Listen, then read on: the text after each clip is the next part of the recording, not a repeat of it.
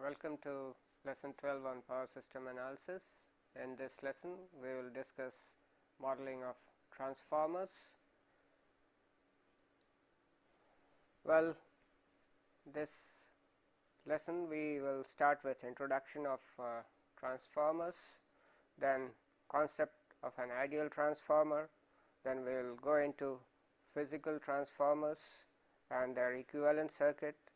After that we will talk about three-phase transformers and three-winding transformers.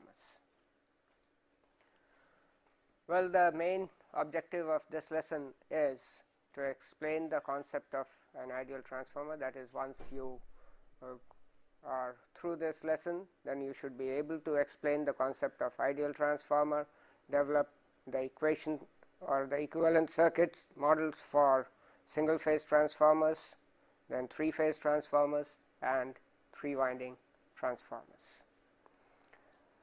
Well, we all know that transformers are an integral part of any electrical network. As you can see from this diagram, that we have generation from generators which is normally in the voltage range of 11 to 30 kV, and then we connect it to a transmission network which may be working at levels of 400, 220 or 132 kV, and then again this goes into substations from where we distribute power at lower voltages, maybe at 33 kV, 11 kV or 3-phase 400 volts. So, at all these at different levels we see we need different voltage levels, and for changing these voltage levels we require these transformers. Therefore, transformers are an integral part of any power system network, and we have very large number of transformers in any electrical network. Therefore, it is necessary for us for doing a proper analysis to make a good model of the transformer in our analysis. Now, what are transformers? Transformers are basically a static electrical machine which has a magnetic core on which windings are placed.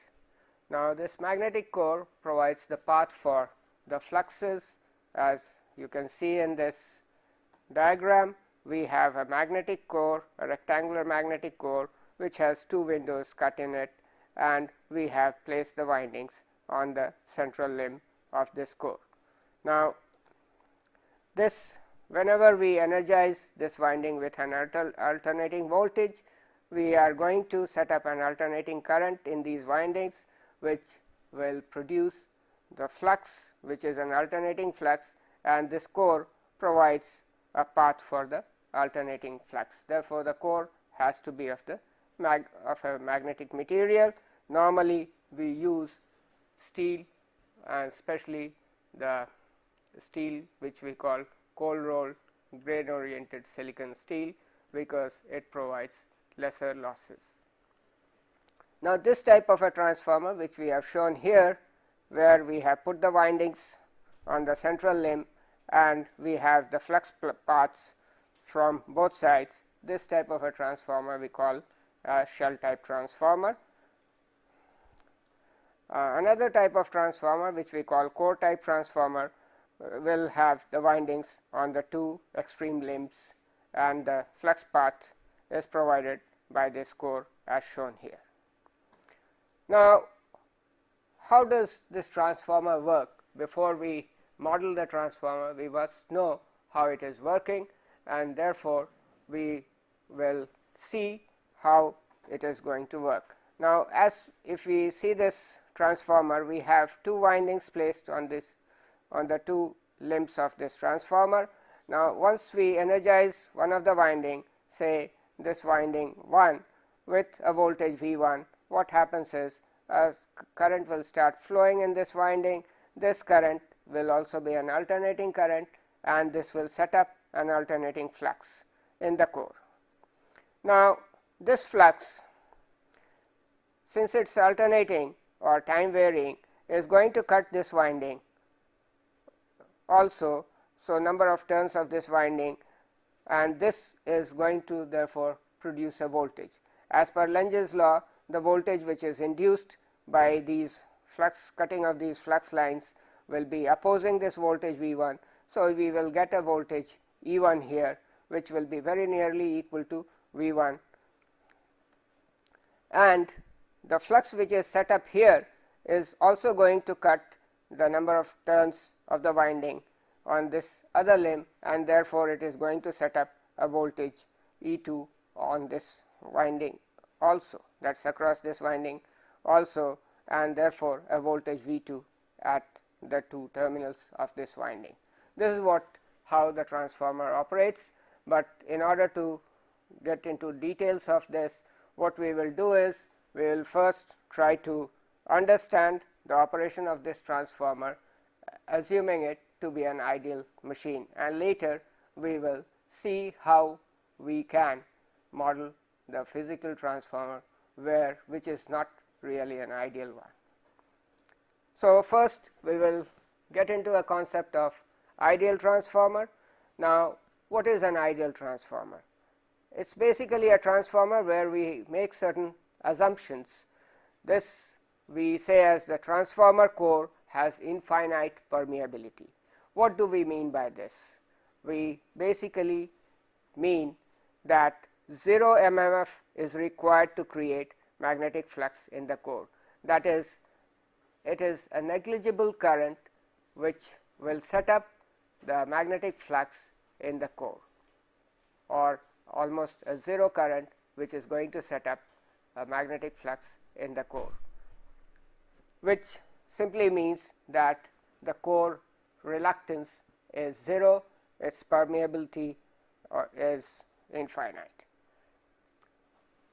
Another aspect of this is that infinite permeability is that all the flux will be confined to the core itself. There will not be any flux which will be flowing through the outside air, because the reluctance offered by the core is 0, and the reluctance offered by outside air is going to be much higher as compared to this.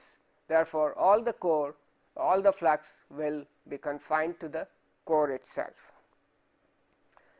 We make another assumption that transformer winding has 0 resistance. This basically means that there is no power loss in the winding, that is, I square R losses taking place in the winding is neglected. We also mean by this that there is going to be no ohmic voltage drop, that is, IR drop in the winding is also 0. There is going to be no voltage drop in the winding because of the current flowing through it. We make another assumption that transformer core has 0 core loss. Now, what does this mean? Because we know that if we have alternating flux set up in any magnetic material, we are going to have losses, magnetic losses, which will be in terms of hysteresis loss and eddy current loss. For an ideal transformer, we assume that these losses are 0. Okay, so with these assumptions, we get into an ideal transformer and to understand the basic operation of a transformer. So, let us see, if we see this diagram, we have a core which we assume to have infinite permeability, on which we have a winding on one limb and a winding on the other limb. Now, these windings are assumed to have 0 resistance, and we also assume that the core has no losses. Now, generally the two windings are termed as primary winding, on which side we put the source, and the other winding where we are going to put the load is called a secondary winding. Though in a network where power can flow in reverse direction also, the concept of primary and secondary winding does not really work. What we need to use in that case is high voltage winding and low voltage winding. So, because you are going to have one side at a high voltage, another side at a low voltage. So, that is the term which is more appropriate to use. Though for our analysis here, we can term them as this side, that is side 1, as a primary, where we are injecting a source voltage, and the other side we can call them as secondary. They can be, this side can be a low voltage side, this side can be a high voltage side, then we call this transformer as a step up transformer. If this side is at higher voltage than this side, then we call it as a low voltage, a step down transformer. Okay, so now we see how does this transformer work. So, we have connected a alternating voltage source with a voltage V1 to this primary side or side 1 winding. What is going to happen is, as we said earlier, almost with negligible amount of current flowing through this winding, we will have a flux setup, flux phi setup in the core. This flux will be an alternating flux, and this will be cutting the turns of this winding, which will induce a voltage E1 in this winding. This E1, as per Lenge's law, will be opposing this voltage V1. So, the polarities will be as marked here, that is, this will be positive, this will be negative. And so, now what will be the magnitude of this E1, or what will be this voltage, induced voltage E1? V1 is the applied voltage, which will be equal to E1, because we have assumed there is no losses or no voltage drop which is taking place. Therefore, V1 is equal to E1, and what will be the value of E1? E1 will be equal to d lambda by dt, that is the flux linkage, the derivative of flux linkage with time, which we can write as N1 into d phi by dt. So, we have E1 equal to N1 into d phi by dt. Now, this flux phi, which is a time varying flux, is also linking this coil. We have assumed 0 permeability.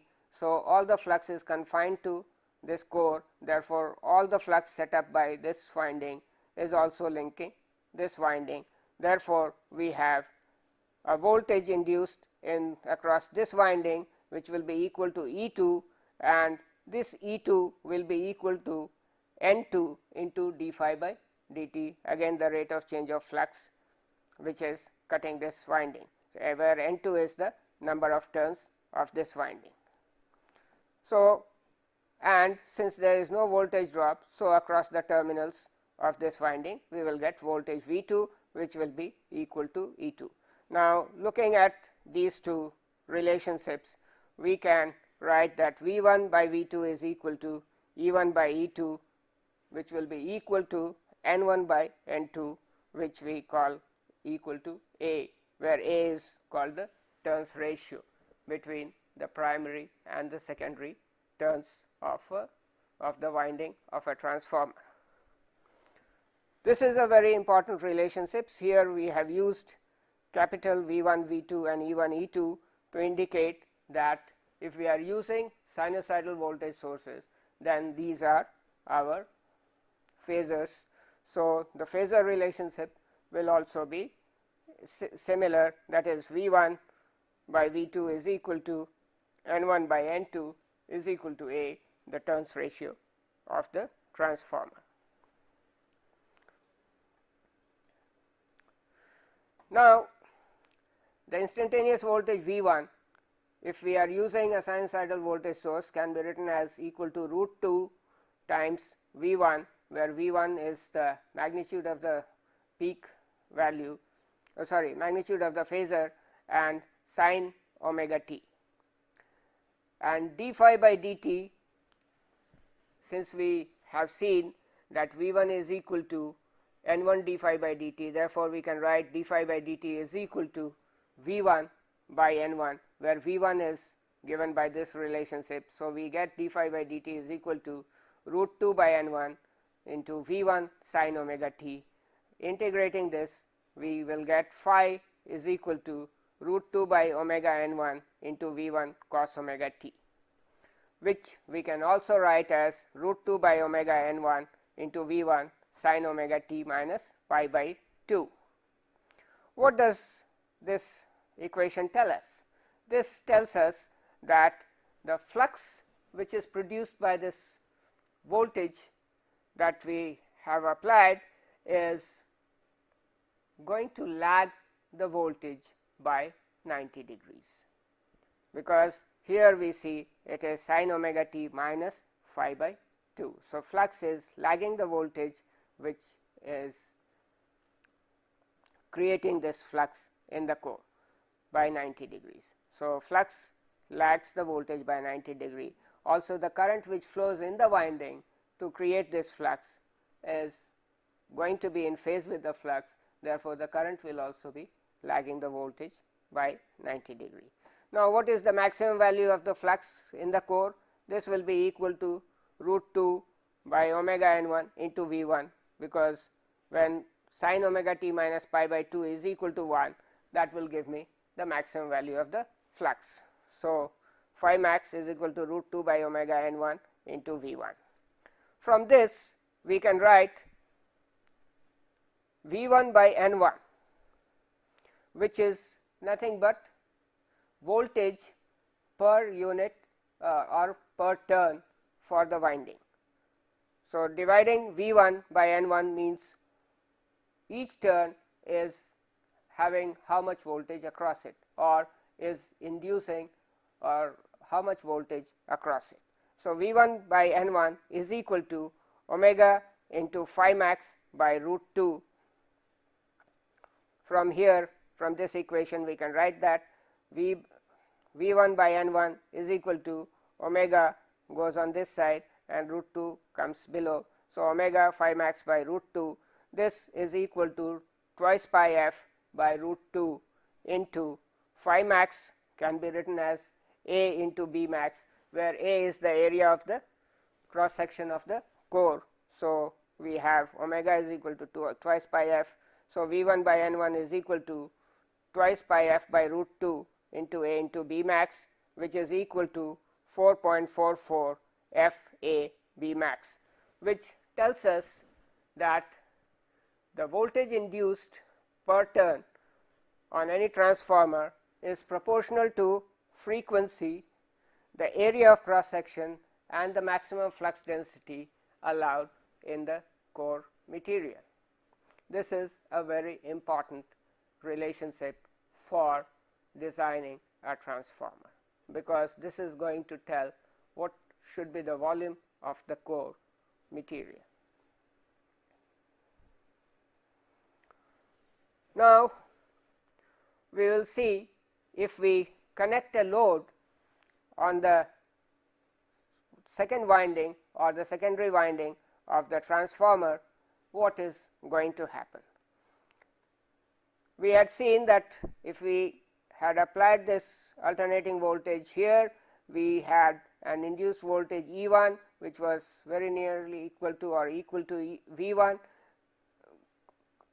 coming across this winding 1, and a voltage E2 was induced across the winding 2, which was equal to V2, the terminal voltage across the winding. Now, if we connect a load here across these two terminals, what will happen? Since there is a voltage V2 here, there is going to be a current I2 flowing into the load, where I2 will be equal to V2 by Z. The Z is the impedance of the load. So, we are going to get this current I2. Now, what is going to happen because of this current I2?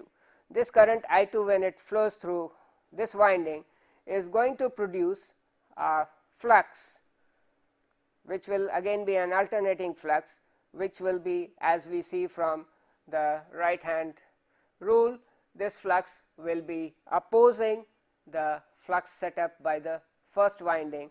That is, if we see this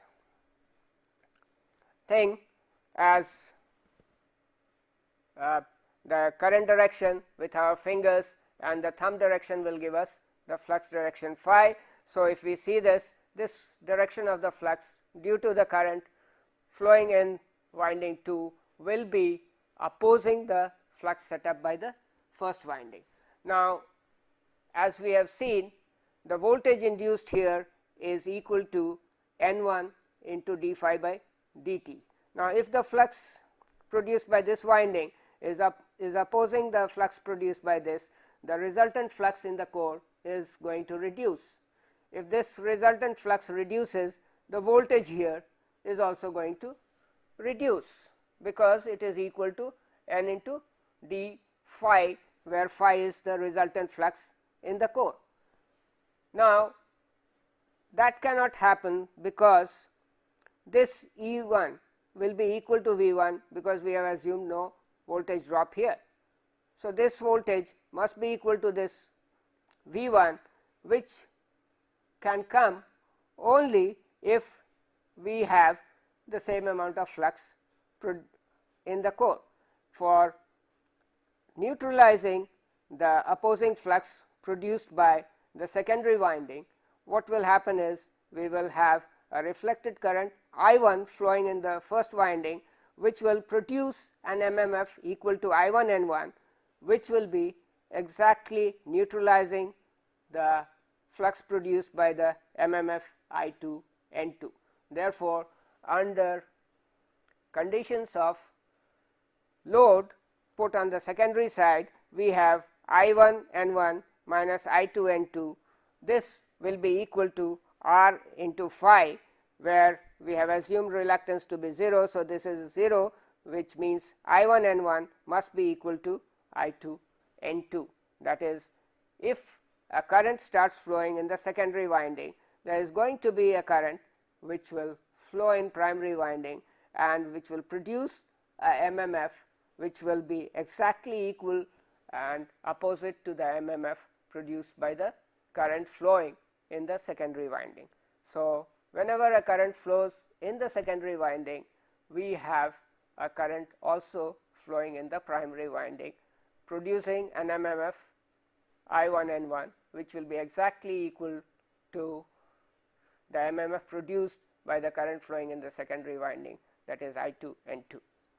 Therefore, from this relationship we get I1 by I2 is equal to N2 by N1, which is equal to V2 by V1, and which is equal to 1 by A, where A is the turns ratio of the transformer. A is equal to N1 by N2. So, this is how an ideal transformer works in case when it is loaded. Another important aspect of a transformer is that it does not only transform the voltage or the current levels and the two sides of the transformer, it also provides a transformer of or transformation of the impedance level on the two sides of the transformer. Now, we can see this from this diagram, that if we have a voltage V1 applied across this winding 1, and we have a voltage V2 across this terminal of the winding 2, and we have put a load Z across this second winding terminals, then we have a current I2 equal to V2 by Z flowing in this second winding. Now, when this is flowing in this winding, we will have a current I1 flowing in the primary winding, producing I1 N1 equal to I2 N2. Therefore, we have I1 is equal to N2 by N1 into I2, and if we look at this side, we have Z2 is equal to V2 by I2. Now, we can write this as, since we know V2 V1 by V2 is equal to N1 by N2, or V2 by V1 is equal to N2 by N1. Therefore, we can write V2 is equal to N2 by N1 into V1, and for I2 we can write that I2 is equal to N1 by N2 into I1. Therefore, we can write that Z2 dash, which is the impedance as seen from this side. Impedance seen from this side will be equal to how much? V1 by I1. So, Z2 dash is equal to V1 by I1, and this will be equal to how much? If we see this V1 by I1 on this side, then this goes in the numerator and this term goes in the denominator. If we do that, then this we find that this is equal to N1 by N2 square into Z2. That is, if Z2 is the impedance connected on the secondary side, then this impedance is seen by the primary side as equal to N1 by N2 square into Z2. That is, it is equal to A square Z2, where A is the turns ratio. So, if A is more than 1, that is, it is a step down transformer, then we will find that the impedance, a small impedance on this side, can be seen as a large impedance on this side. Sometimes this is used for impedance matching in many circuits.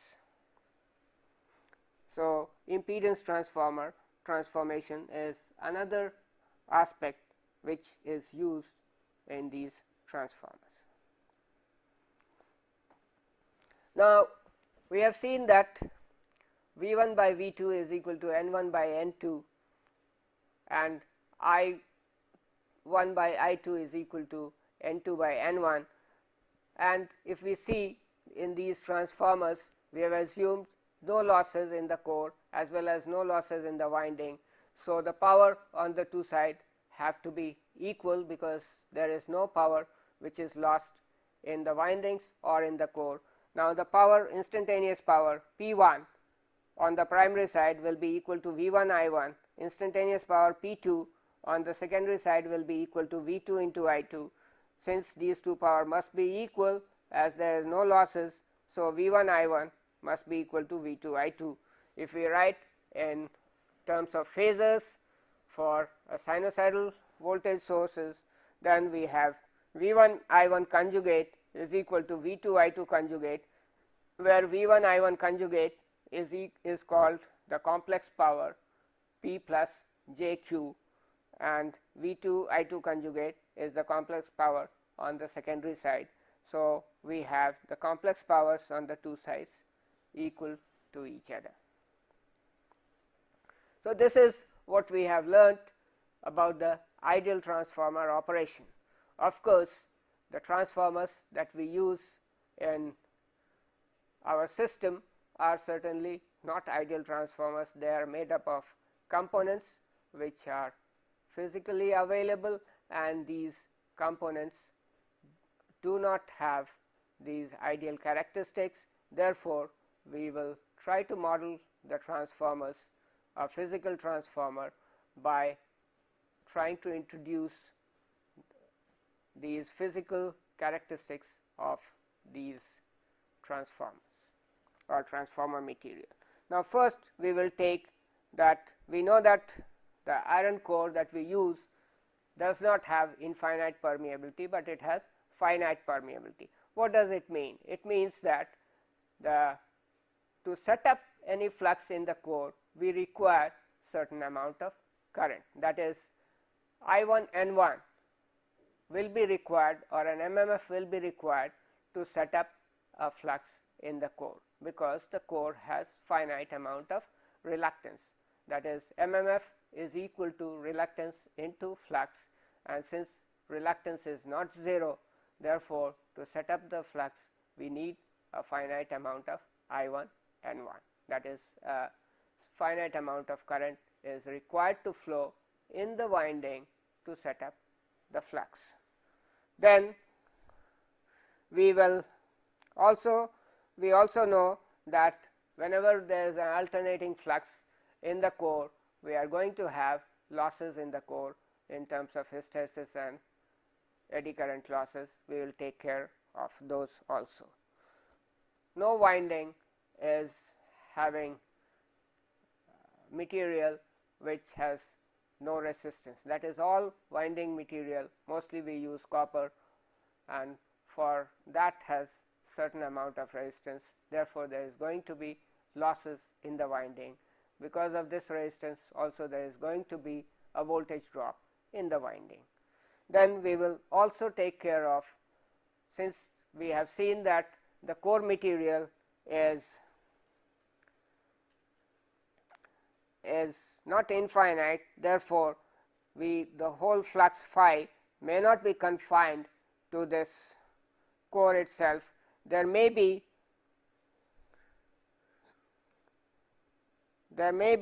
some amount of core which will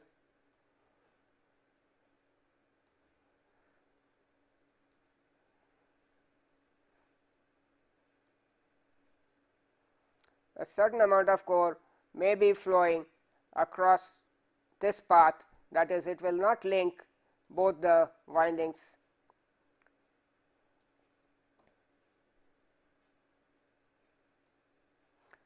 And that kind of flux we call as the leakage flux. Therefore, we will take care of the leakage flux also.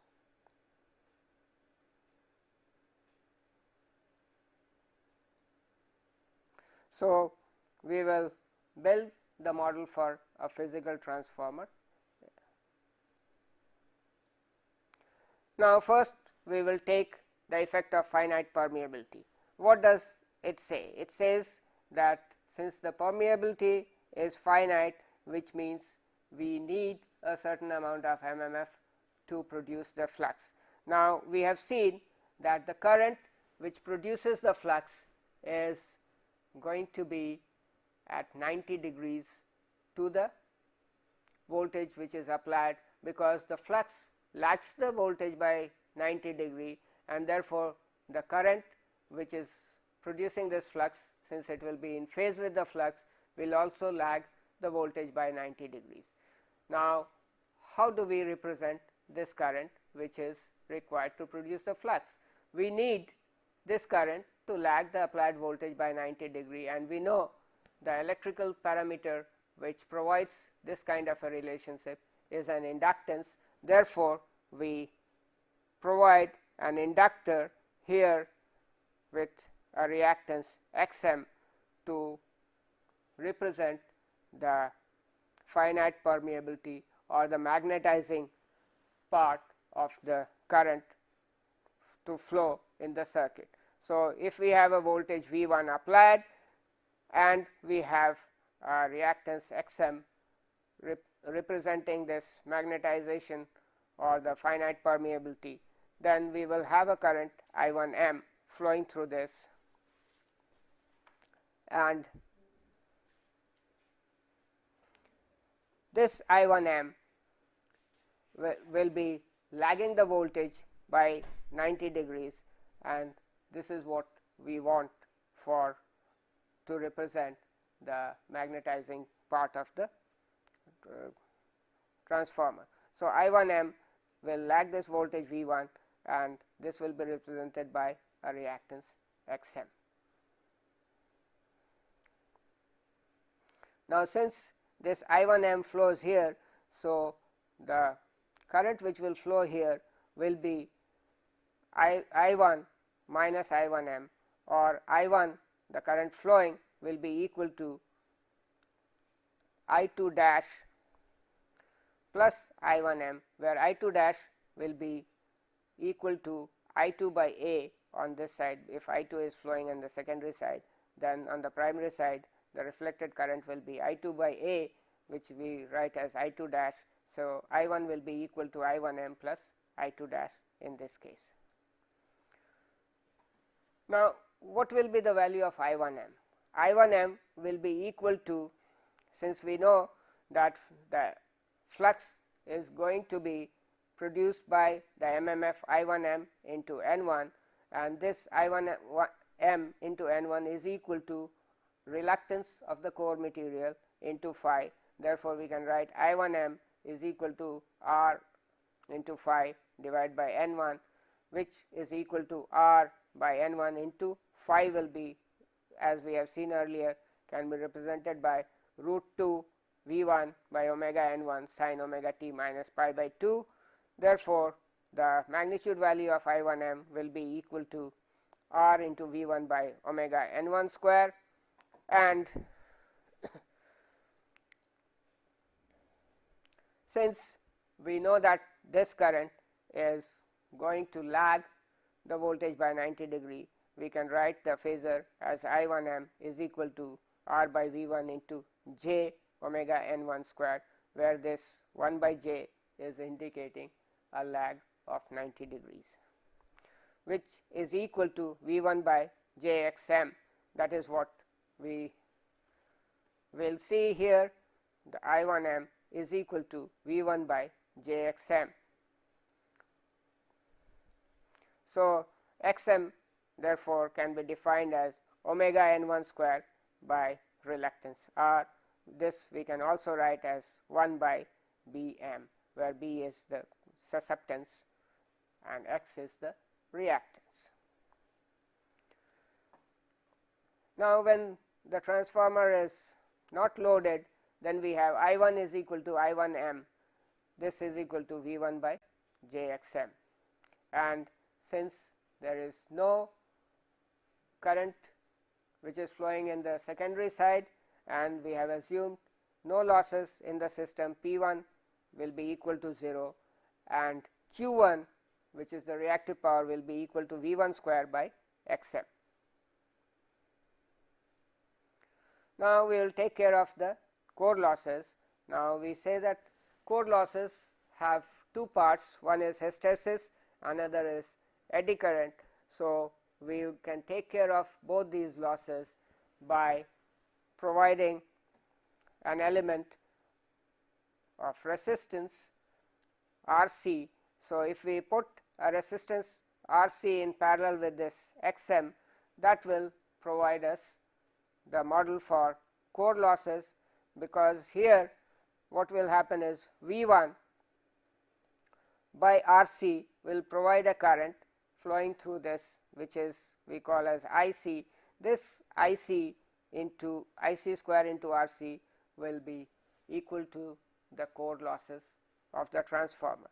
Now, why we put this in parallel here, that is, or across voltage V1, is that once we energize this transformer, a flux is set up and core losses are going to be present, whether we have any load on the transformer or not. So, even for unloaded transformer, since a flux is set up, this alternating flux is going to create losses, and therefore, these losses have to be taken care of.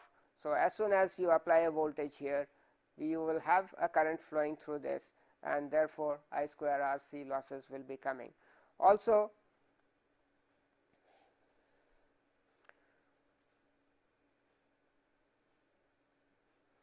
now we will take care of the effect of winding loss and leakage flux. Now, for winding losses, since we know that each winding is made up of copper or aluminum which has finite resistance, so the winding resistance can be used to represent the losses in the winding. Like on the primary side of the winding, we have the resistance of the winding as RS1. This will be put here to represent the losses in the primary winding. Similarly, on the secondary side, the winding will have resistance RS2, and so this RS2 represents the losses on the secondary side winding. Now, as we said, certain amount of flux may not be linking both the windings. These flux we call as the leakage flux, that is, some flux produced by winding 1 may not be linking the second winding, because the flux path can be through the air also. It may not be, all the flux may not be confined to the core. Therefore, in that case that part of the flux will not be linking the other winding, and this flux we call as the leakage flux. And the leakage flux can be represented by means of reactance. So, XS1 here, the reactance is representing the leakage flux of primary winding. Similarly, the current flowing in on the secondary side due to the load will also produce a flux, and all this flux may not link the primary side of the winding, that is, some will leak through the air path, and therefore, this is represented by XS2 here. These will be in series with the resistance of the winding, because these are going to be proportional to the current flowing in the winding. So, we have So, we have the complete transformer model here, where we have represented the finite permeability by this Bm, the core losses by this Gc. Gc is the conductance, which is 1 by R. So, 1 by Rc is this Gc. Since these two arms are in parallel, it will be easier to work with admittances, that is conductance and susceptance, rather than resistance and reactance. Therefore, most of the time we write them in terms of conductance and susceptance. Conductance Gc representing the core loss part, susceptance Bm representing the magnetizing current part. Rs represents the resistance of the primary winding, XS1 represents the leakage reactance of the primary winding, XS2 the leakage reactance of the secondary winding, Rs2 is the resistance of the secondary winding.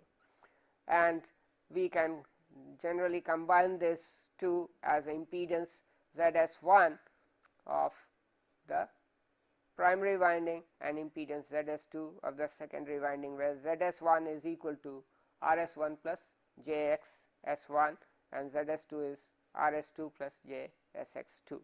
The current here on the primary side at the terminal will be I1. The current in this winding will be I1 minus I1m, and which will be equal to I2 dash, and that will be equal to I2 by A. So, I2 by A current will flow in this winding, and I2 current will flow in this winding depending on the load on the secondary side of the transformer. Now, as we have seen earlier, we can transform the impedance from one side to the other side. Therefore, what secondary side impedance, what we have done is transformed them on the primary side, or brought them to the primary side, or we are looking at all the impedance from the primary side. In that case, the secondary side impedances XS2 becomes A square XS2, and Rs2 becomes A square Rs2 on the primary side. So, this is now complete circuit of equivalent circuit of a transformer with an ideal transformer placed here. Now, there is another aspect which we can use to further simplify this circuit. Now, we know this current I1m will be lagging the voltage applied by 90 degrees. Therefore, we almost by 90 degrees, because this current, the losses in the core is not very large.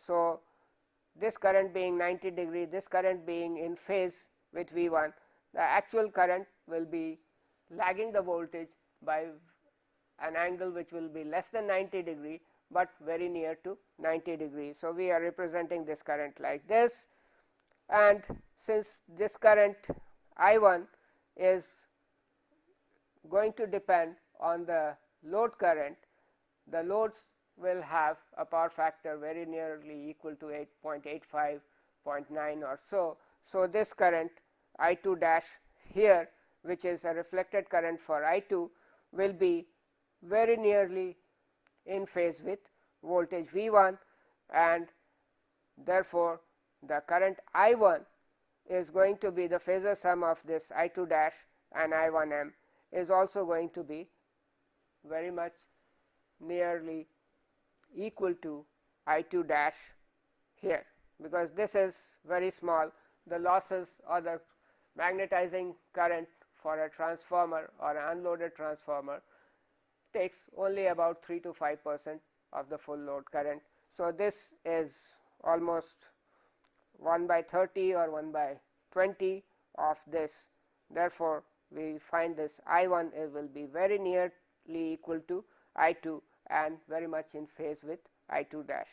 Therefore, what we can do is we can shift this from here to this side itself, because I1 and I2 dash are very nearly equal. Then our equivalent circuit becomes like this, because we can now combine RS1 and RS2 and XS1 and XS2. So, we can write them as RS plus j XS, where RS is equal to RS1 plus RS2 and XS is equal to XS1 plus XS2. So, this is now the equivalent circuit, which represents the magnetization current, the core losses, the winding losses and the leakage flux. So, this is an equivalent circuit for a physical transformer.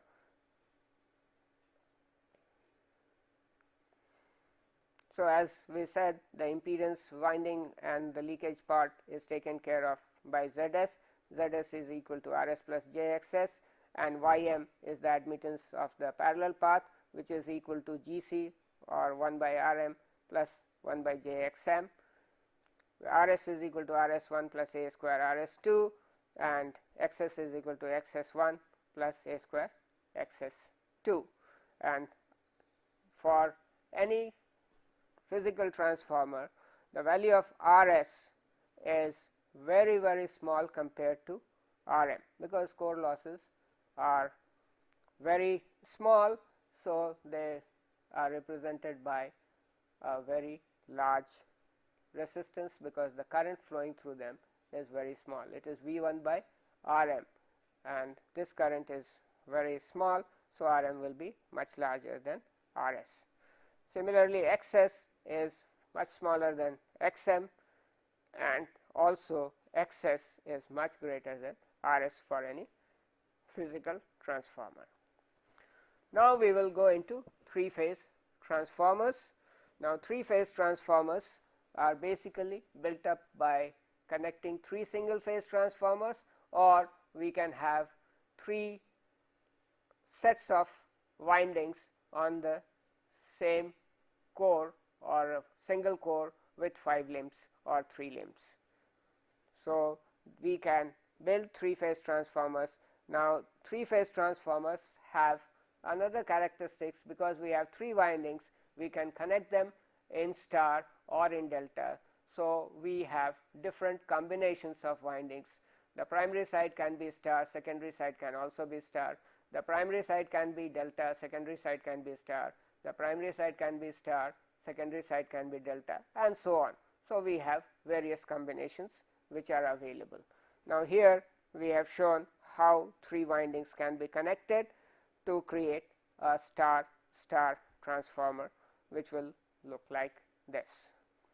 Now, here the high voltage windings we are representing by H. So, H1, H2, H3 represents the 3 terminals of the high voltage winding, to which phase A, B and C are connected.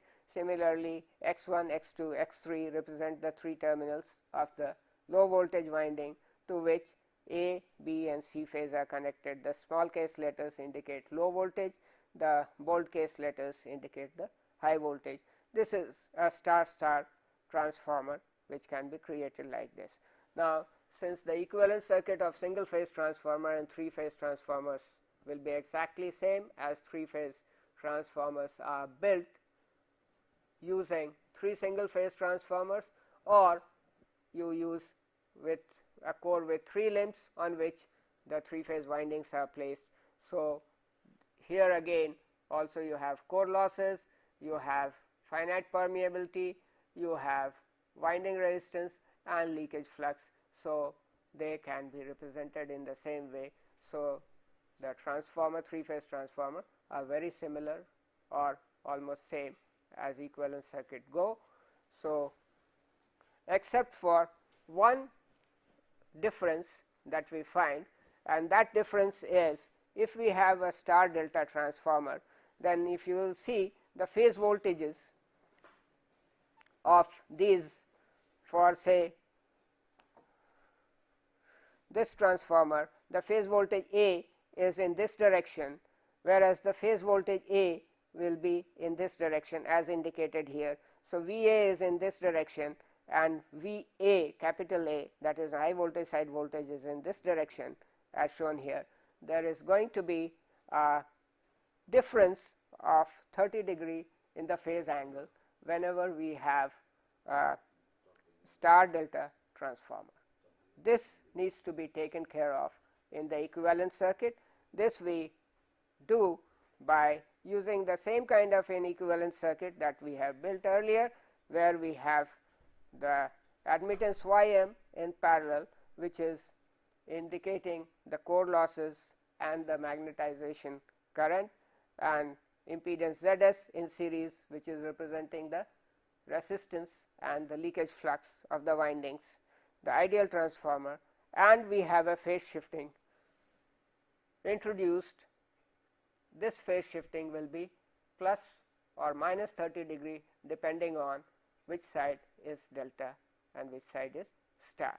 So, the equivalent circuit of a 3-phase transformer is very similar to that single phase transformer. In fact, for all analysis of 3-phase transformers, what we do is generally we work with a single phase or a phasor values of voltage and current, because we most of the time work with balanced circuits, and therefore, each of the 3 phases will have the same voltages and current, except that they will be 120 degree out of phase from each other.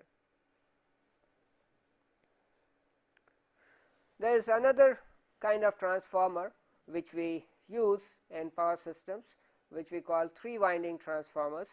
Now, instead of the 2 windings that we have seen, a primary and a secondary winding, or a high voltage low voltage winding on a normal transformer, these transformers have 3 windings.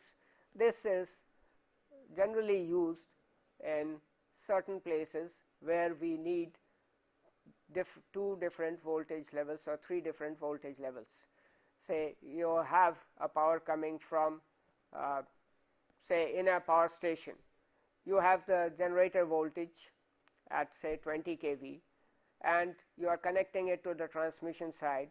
So, you have say a 400 kV transmission line, then the voltage on the other side is 400 kV, and for the auxiliaries of the of the generators, we need, since you have feed water pumps, you have compressors, you have so many equipment in the power plant which require power supply, and this is provided by means of another winding which is at a much lower voltage of say 3.3 kV or 6.6 kV, which is used for supplying the power to the auxiliaries of the power plant. So, also many places we use devices which are used for reactive power compensation and other things. Now, these devices can also be connected at the much lower voltage, because the cost of devices at lower voltage is much lower than that at high voltages. So, many places we need another voltage level, there we use this 3-winding transformers. The 3rd winding is normally called a tertiary winding. There is another advantage with this 3-winding transformer, that is, if you have unbalanced loading, then if you have a star delta transformer, then in that case on the delta side the 0 sequence current can flow, because it will appear as a closed circuit for the 0 sequence current, which are basically 3rd harmonic currents. but if you have a star star transformer, then the 0 sequence currents cannot flow in that, and this creates a shifting of the neutral. So, many times to provide path for these 0 sequence currents in the transformer, we provide this tertiary winding, which is normally connected in delta, and this provides the path for that. Now, here we are showing these 3 windings. ZP is the primary, ZS is the tertiary, and ZT is the ZS is the secondary, and ZT is the tertiary winding.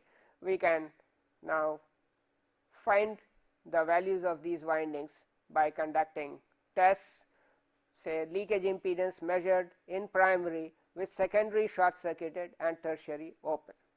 ZPT we can find out as leakage impedance measured in the primary with tertiary short circuited and secondary open. That is, you short circuit the tertiary, open the secondary winding, and provide a voltage source on the primary side. Whatever voltage divided by current you get will be the leakage impedance measured in primary with tertiary short circuited and secondary open.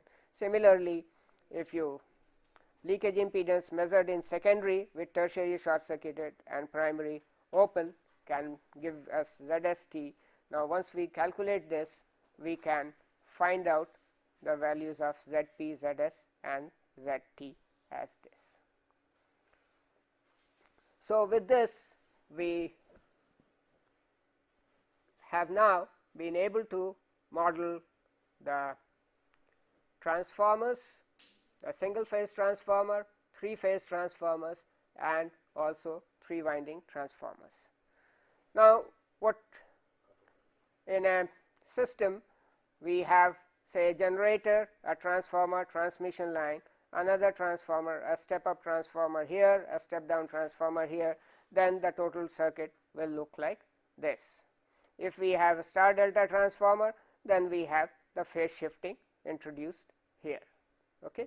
So, this is the way we get the equivalent circuit for the system, and most of the time the resistance being very small and the core loss part and the magnetization current is very small. So, we represent the transformer by a simple reactance also. This is what is shown here. This is again another circuit with a load and a transformer.